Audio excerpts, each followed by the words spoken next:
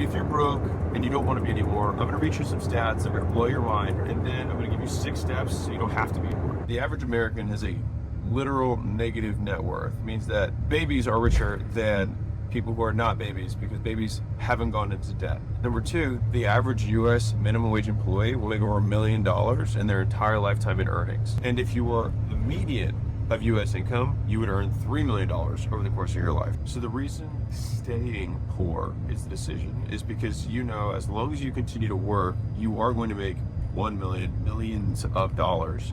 And most of the time, it's going in places that don't make sense. So challenge number 1 is the buy nothing challenge. It's very simple. You just buy nothing. So disconnect your credit card from Amazon, leave your wallet at home when you go to work. Have no way to pay for stuff. You have your gas, you have your insurance, rent, car payment. If you buy food at discount grocery stores, you pack your lunch. That's all. If you buy nothing that is as austere or hardcore as my recommendations may appear, I do not ask people to do things that I haven't done.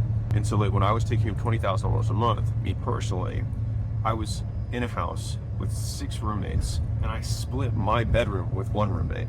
And so like, yeah, 2 beds, 2 dudes looking at each other like every night. When I was making $1 million a month, I was living on less than 15.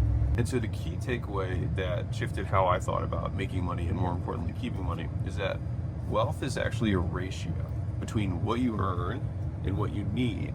And the number 1 rule of money is spend less than you make. And so I always like being super conservative with my expenses relative to what I make because I don't like spending money that I feel like I need. Those of you, the 3 YouTube odd commenters who think that this is a prop set, you can just look out the window. It's all AI. The first thing you have to do to become wealthy is that you have to decide to become wealthy, and you have to decide that it's under your control. You have to switch from victim to victor. So as much as you may have had a disadvantage, or maybe you got into debt, or you made a poor decision, you have to be the person who's most powerful in your life around money. Now the third thing, and this is the one that really kills me, is that in the US, 35% of every paycheck goes towards paying one thing. You want to know what it is? Banks, lenders for debt. 35%. That's because people don't think about their mortgage as debt. They don't think about their car payment as debt. They don't think about their credit cards as debt.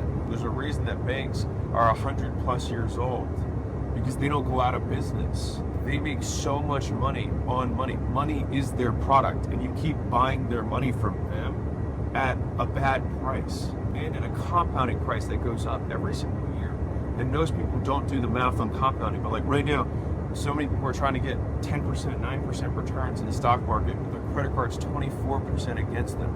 And so the easiest thing you can do right at the beginning will pay off the things that are guaranteed 24% negative returns. They're guaranteed. It's amazing. They're guaranteed returns against you being wealthy.